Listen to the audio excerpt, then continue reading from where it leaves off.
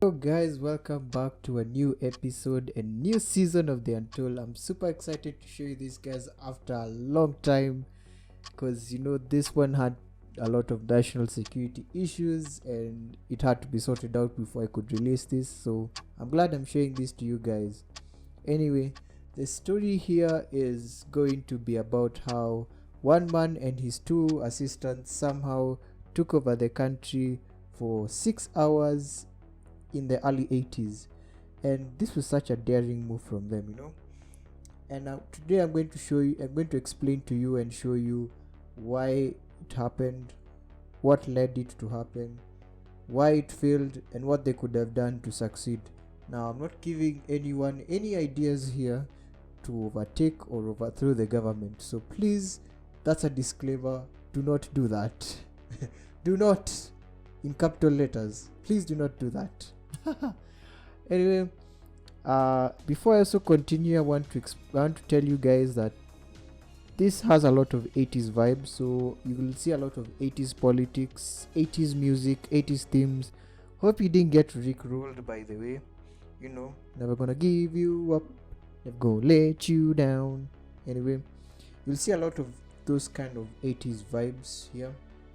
So if you're not an 80s person, maybe let's skip this.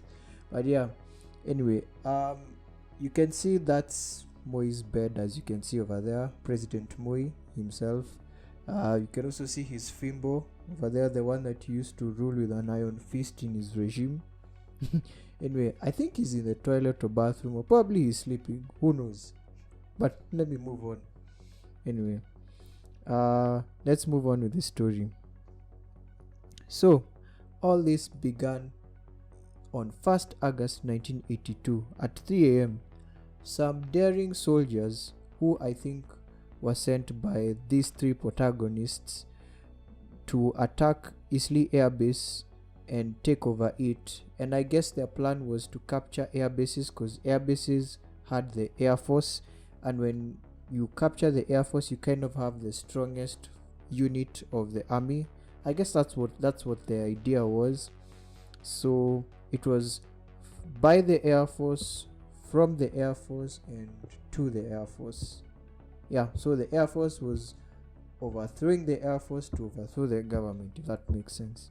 So of course, what they would do, of course, now is go into hangars, go into bunkers, where they would expect the Air Force soldiers who were guarding that night or were on duty, attack them and steal equipment or weapons, most likely looting, of course, because that's theft anyways.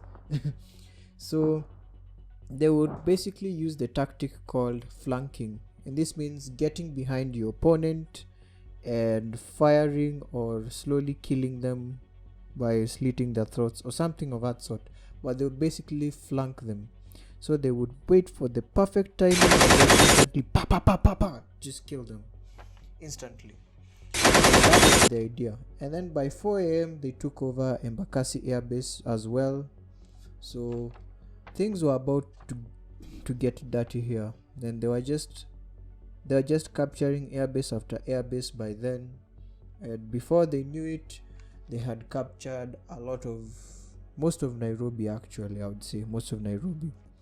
So now you're probably asking, who are the leaders? There was Hezekiah Ochuka, this was like the main protagonist, and then there was Pancras Oteo Okumu and Bramwell Injeni. So these three were like the main masterminds of this attempted coup.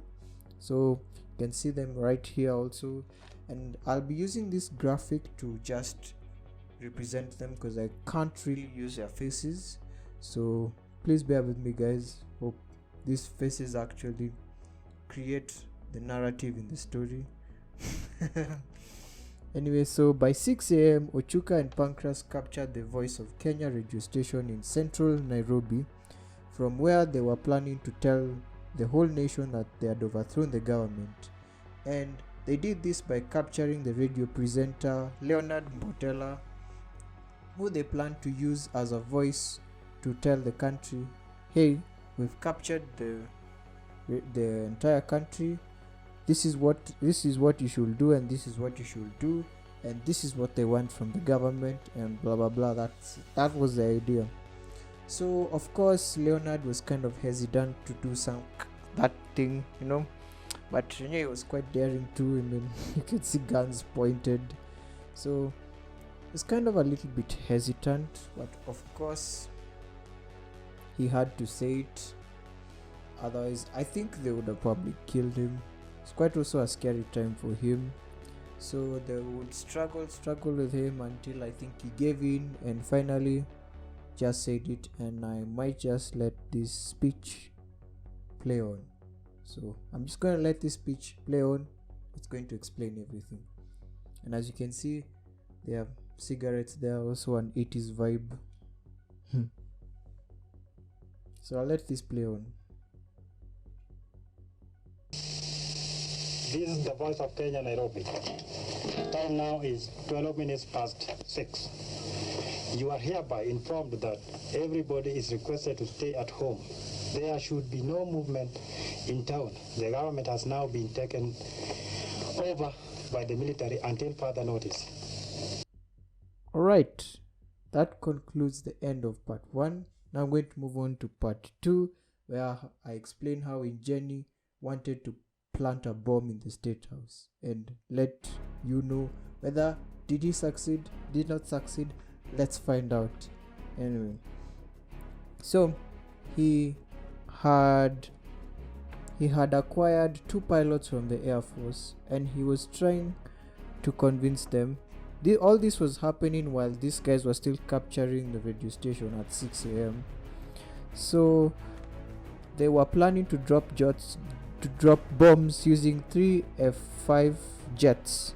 However, one of the pilots, of course, was aware that Njeni had never flown a jet fighter and would not cope with the G-forces. So basically, G-forces are forces you feel within like the center of your body, around your stomach area when flying. I'm sure you guys have experienced that. So he knew he would not cope with the G-forces because they're like 10 times worse on a jet fighter than a normal plane. So the pilots actually kept arguing with Njeni, and Njeni was just going back and forth. However, one of the pilots was silent. He didn't say much, and I usually fear silent people because he was just watching them arguing back and forth with this other pilot, the first pilot. But I think he had a plan in his sleeve, and I'm going to tell you what the plan was. So the plan was to be on a secret channel. Yes, they agreed that they would fly the jets, but they would be on a secret channel and agreed to divert and trick Njeni and plan to dump the bombs somewhere in Mount Kenya forest. So that's what they did.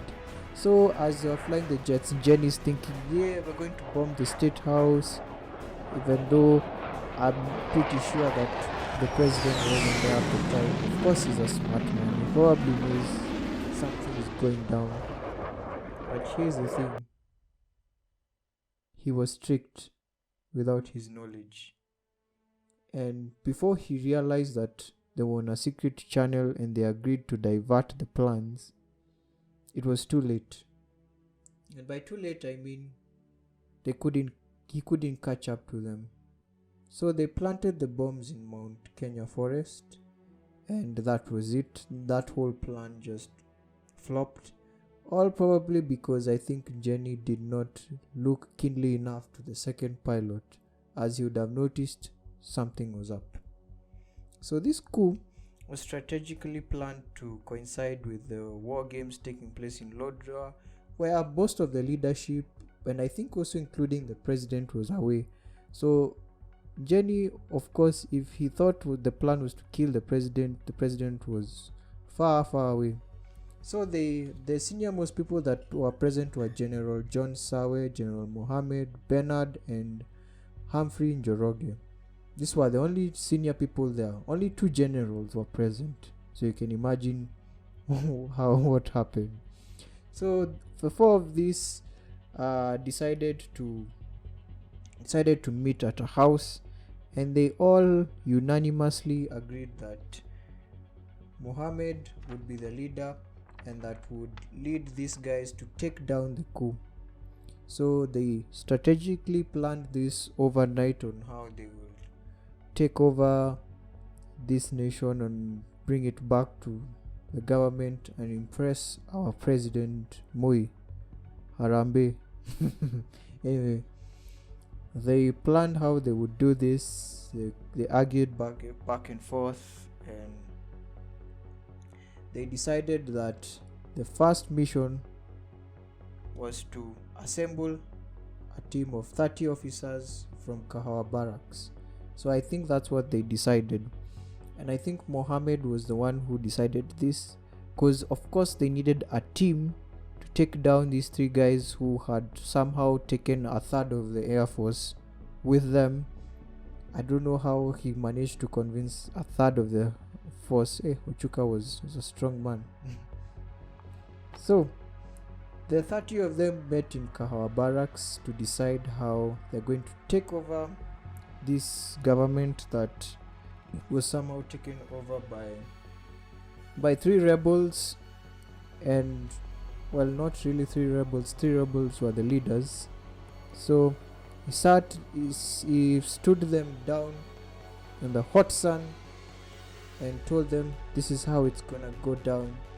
And they also wore black so they can kind of like disguise them, just to like look different, so that they can manage to get who are the rebels and who are actually with the government. So they started by storming in the Voice of Kenya radio station.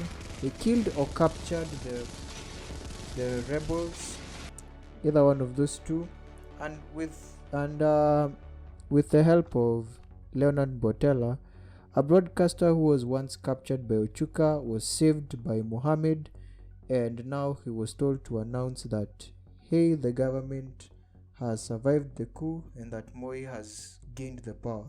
But this was not over yet. The Voice of Kenya was only the first part. They had to capture also the entire Nairobi. So, with the help of the GSU service unit and the police, Mohammed gained control of Nairobi, causing the Air Force to flee. Some were killed, some survived, and some fled. So that was how the coup somehow ended. And Hezekiah Ochuka claimed to rule Kenya for 6 hours before he fled to Tanzania. So we look at part 3, aftermath, and why it failed. So let's first discuss the aftermath. So in the aftermath, I can tell you over 100 soldiers were dead, 200 civilians dead, including non-Kenyans. This was really sad. Can you imagine 200 civilians who had nothing to do with this somehow ended up losing their lives? You can imagine how the families were feeling at the time. So, it was really sad. And then you're including plus also those 100 soldiers who really were just fighting for these three guys who were just rebellious, somehow just lost their lives. Businesses shut down. There was just mess. Like the whole country was just like a ghost town, because now everyone was so scared of like coming out, because you don't know what happens next. It was like such a very scary time for Kenyans, I would say, because you can imagine 200 civilians. Those are a lot. I think that those are the most in is it, can I say most in our history? Probably not. Maybe I don't know, I'll check, but the 200 civilians are a lot. So you can imagine, as you can see, 100 soldiers dying. And now you must probably be asking, what happened to the three leaders? So after fleeing in Tanzania, Ezekiel Ochuka was extradited back to Kenya, and they were first put in cells and interrogated, of course, and all three of them received the death penalty, and anyone else who, I would say, assisted or funded was locked up in Moi's torture house, of course. So anyone that funded it, that tried it, but these three guys received the death penalty. I think they were probably like the last people to be hanged back in 1987. They were probably the last to be hanged. So what do you guys get from this story? All I'm saying is war is never good for any country per se. It's never like the best solution, you know. So Ezekiel Chuka was arrested, hanged 1987, and that was it. Even his mates Bramwell, Injeni, and Pancras all hanged, and Moi took back control of the country, and as strong as he is, managed to somehow move past the coup, and the whole country celebrated, rejoiced, and Moi was back in power with his Fimbo. Hooray! And continued to rule until 2002, where he surrendered the presidency to Mwai Kibaki. I wouldn't say surrendered, maybe he left the presidency to Mwai Kibaki. So this has been the Untold Season 2, Episode 1. I will catch you in the next episode of the Untold, which will be quite an interesting one too. So hope you guys enjoyed this one as I enjoyed it.